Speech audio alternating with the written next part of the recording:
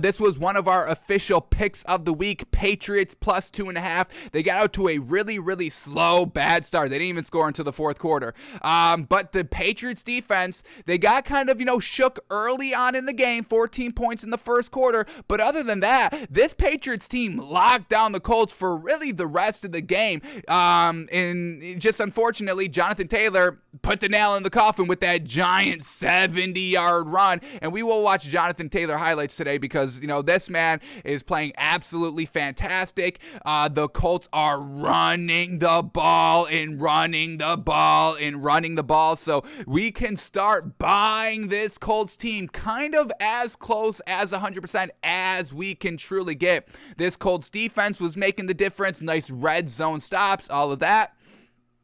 And perfect, Carson Wentz throwing the ball 12 times this game. And that's exactly what we want to see from this Colts team with Frank Reich. Remember, 2 weeks ago, they had the bye last week. 2 weeks ago, when the Colts were facing the Texans, we were like, hey, this is like this is like the bachelor party. Let Carson Wentz throw the ball 50 times. Let him get it out of his system, because after this game, we don't want to see Carson Wentz really throw the ball more than 20 times in a game for the rest of the year. But Frank Reich chose to not do that and only threw the ball like 21 times with Carson Wentz. We loved it. They put up 30 plus points. They controlled the entire game. That's exactly what we wanted to see out of the Colts. Then they had the bye last week. And then this week, when everybody, including ourselves, folks, we thought Bill Belichick was going to take away the run, and they really kind of didn't. That last run was for like 70 yards. But other than that, he had 28 rushes for about 100 yards. He was dominant all game long in the running game.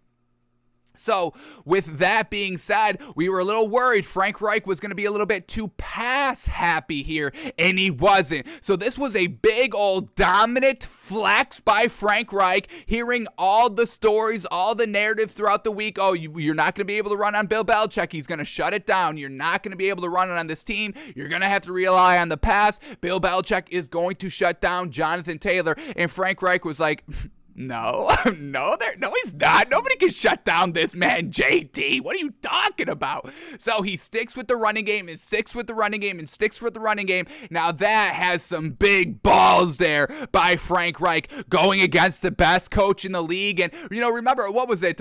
Which coach was it? Like 2, 3? It was Sean McDermott. Remember the reporter after the Bills faced the Patriots, and that was the game the Patriots only threw the ball 3 times, and everybody was losing their mind. And the reporter had like the gall to ask Sean McDermott, like, hey, how was that kind of psychological game against Bill Belichick? It kind of seemed like he kind of got, the upper hand. And Sean McDermott was like, all right, well, let's relax. We all know Bill's a great coach, but stop kind of overinflating him. Kind of Frank Reich was kind of doing the same thing here. He's like, don't put this, psychological pressure that Bill Belichick is like actively psyching me out through the entire week of like, hey, you're not going to be able to run the ball. You're not going to be able to run the ball. You're not going to be able to run the ball. Frank Reich was like, I don't give a damn about that psychological nonsense that the media's kind of trying to spin here to make Bill Belichick look greater than what he is. Bill Belichick doesn't need the help of the media to kind of say and show how great of a coach he is. The winning was in the wins the proof is in the wins the last 20 years, folks. No.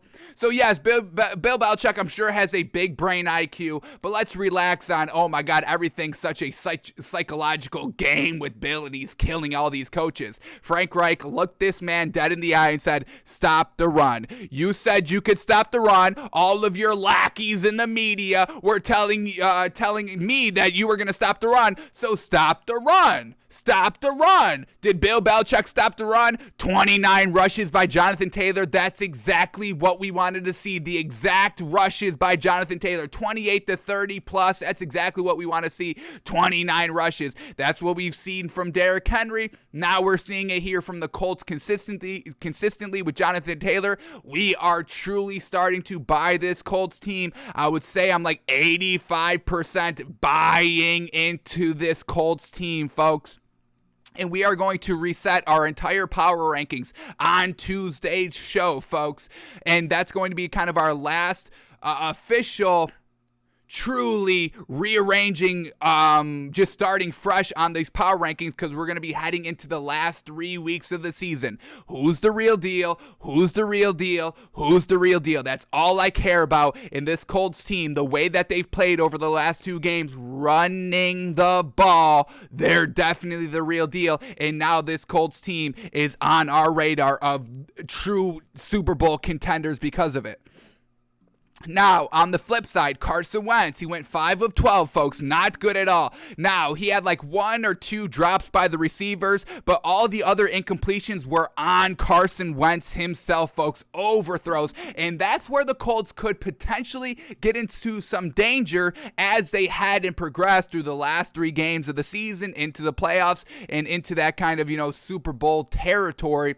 Carson Wentz is not going to be able to kind of just turn it on just like that when the running game is going and going and going and going, and then they ask Carson Wentz, hey, we need you to kind of throw 3 times in a row, or gosh forbid if the Colts ever get down big 2 possessions and they need Carson Wentz to kind of be like, all right, well, you haven't passed all game, now you've got to pass. Carson Wentz with this Colts team is not the quarterback just to kind of flip the switch and go from cold to hot and start slinging this ball around accurately, because he was missing every single throw. Michael Pittman Jr. was wide open the entire game, well, when he was in, before he got ejected, and that really kind of screwed me because I had Michael Pittman Jr. on my fantasy team, and he got me 1 point because he got ejected. Garbage call, shouldn't have been ejected. Oh well. But Carson Wentz was just missing and missing and missing overthrows. I think there was 1 throw to the back of the end zone, I believe on Mo Alley Cox, the tight end, where it was perfect ball placement, but he couldn't hold on to it. That was like the only drop on the receiver, not on Carson Wentz for the entire game. So this is going to be a little interesting to truly see if Frank Reich can fight the temptation of having Carson Wentz go out and win these games. And also, once again, remember that Super Bowl with Pete Carroll and Russell Wilson and Marshawn Lynch on the 1-yard line. We could get that same exact situation here in the playoffs at any time. Frank Reich must resist the urge for Carson Wentz to get the credit for the team, and also must resist the urge of not letting this man throw the ball 40 plus times a game. We'll see if Frank Reich has the self-control of doing that. That's the only thing from stopping the Colts from going to the Super Bowl. Honestly, they are a dominant team defensively, offensively, when they just run the ball. So we'll see if Frank Reich has the self-control. It's all on Frank Reich. We'll see. Pete Carroll didn't have the self-control. That's why he's only got 1 Super Bowl with the Seahawks and not 2. It's literally that close, folks. On the 1-yard line, self-control gets away from you. Like seconds, a game of inches, folks. Time is always a factor. And all that came to 1 big all head final minute in the Super Bowl on the 1-yard line. Self-control must go all the way to the actual final whistle of the Super Bowl. We'll see if Frank Reich has that control in him. But here we go. Carson Wentz went 5 of 12. Now, we love this. We've got no problem. And this is what's so great here. You just beat a Texans team, throwing the ball 21 times. Okay, it's against the Texans, but can you win against great teams by not throwing the ball 30 plus times? And here we go. Again, Frank Reich getting the answer. Yes, you can. You don't need to throw the ball. 27 points here by the Colts. Some stalls in the red zone as well when Carson Wentz was throwing the ball. So once again, you can still put up all these points while controlling the clock, controlling the game. I mean, what was this drive here in the second quarter? A field goal drive that went 9 minutes? I mean, you control the game with the run. The Patriots, they had their punt blocked for a touchdown. Then they go down 14-0. Then they go 5 and out. So, I mean, they've got no momentum. They've been able to really do nothing sustainable on offense. Not because of Mac Jones. We're going to talk about that in a second.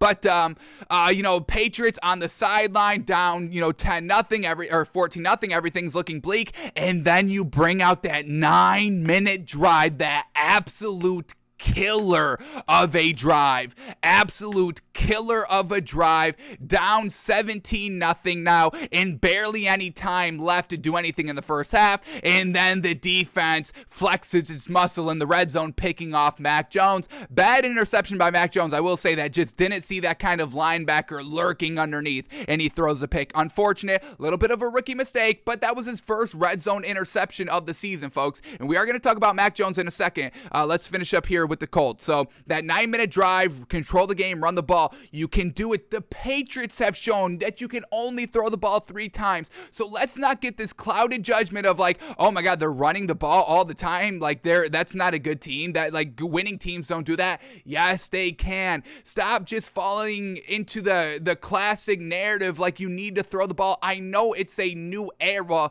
That's what it's painted as, and I kind of agree. It is kind of a new era in the NFL with all the passing and the deep balls, and you really just need to pass the ball to win the game. Running the ball doesn't win you any games anymore, which we all know is a lie, because the Titans with Derrick Henry are only good because of Derrick Henry in the running game. It's not because of Ryan Tannehill, and I don't like disrespecting Ryan Tannehill, but he's not getting it done himself. We all know this. So you can run the ball and be successful. Frank Reich, please don't lose that self-control. That's all we're asking. We're loving the Colts if he doesn't, so we'll see how long it lasts. How long does Frank Reich's self-control last, folks? I hope it's all season long.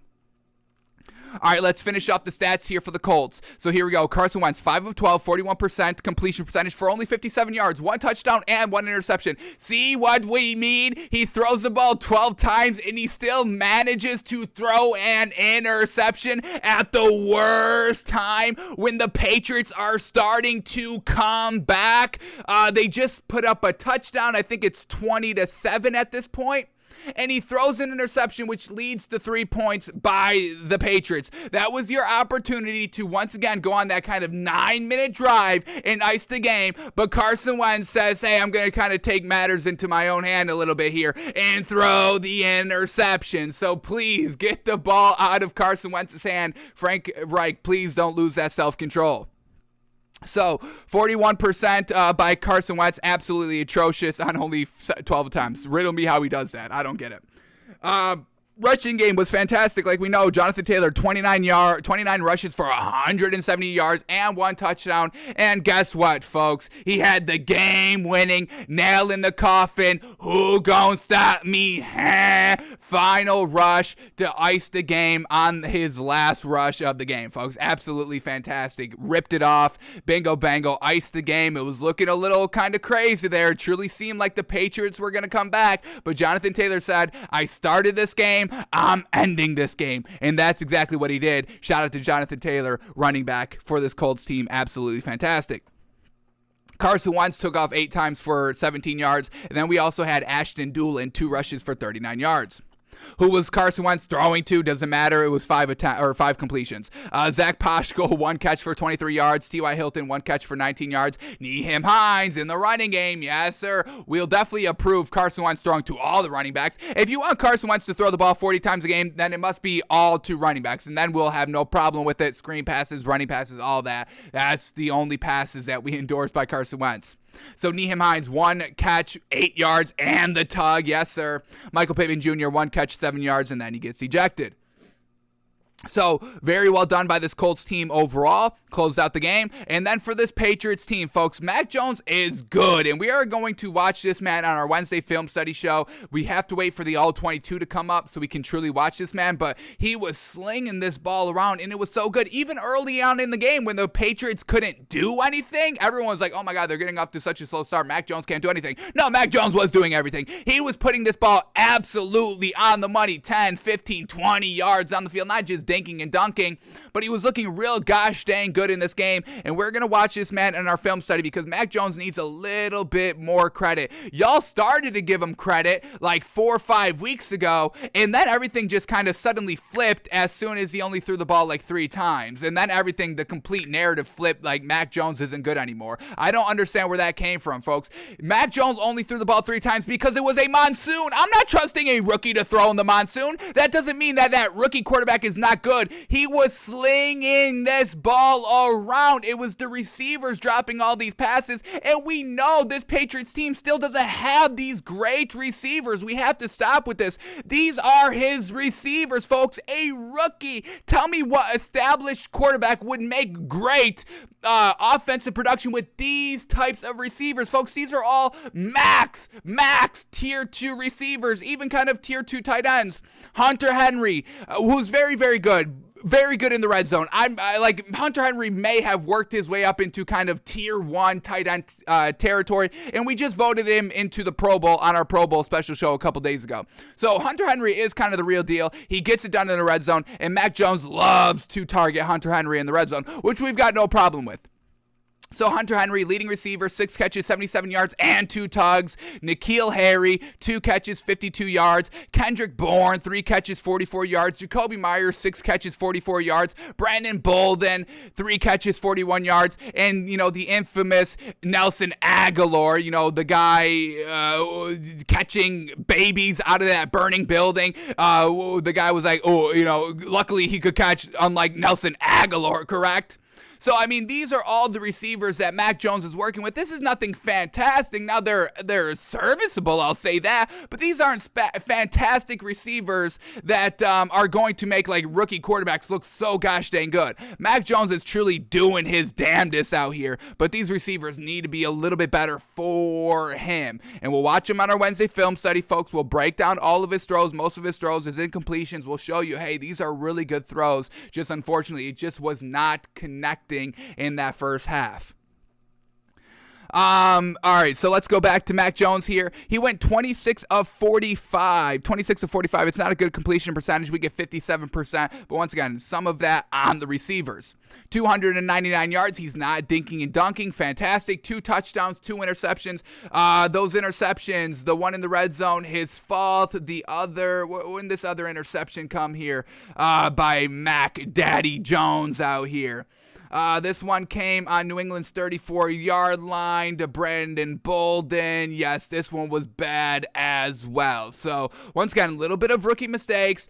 We haven't really seen all these multiple interception games by Mac Jones, so we're going to kind of take this as a little bit of an outlier game. We'll still kind of weigh it decently, and we'll keep our eye on it, but I don't think this is anything like the panic and jump overboard on Mac Jones. We still believe he can definitely get it done this season, next season, and future to come here. So we are not wavering on Mac Jones. Mac Jones is the best rookie quarterback still in this draft class. That is still our stance.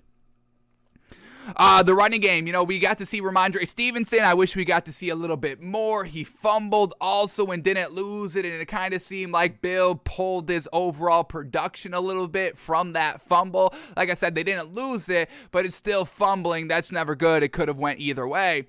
So Ramondre Stevenson, the fumbling is still a little bit of an issue. Here, which is not good. So Ramondre Stevenson, he led the team in rushing, 10 rushes for 36 yards, which is okay. Could have been obviously a little bit better. We saw what Jonathan Taylor did. Kendrick Bourne, 2 rushes, 19 yards. Mac Jones took off once for 12 yards. Jacoby Myers got a rush for 9 yards. Brandon Bolden ran 4 times for 3 yards. So, definitely could have stuck to the running game maybe a little bit more. I know you got down 17-0. It was tough, but overall, we need kind of Ramondre Stevenson, and we didn't have that kind of big explosive run by the man, which we were all hoping for. At least I was. But overall, a really solid game right here. Once again, coming down to the fourth quarter, wild, crazy, electric, back and forth fourth quarter, which is really all these games so far, and for really the entire season, at least kind of the prime time nationally televised games anyway.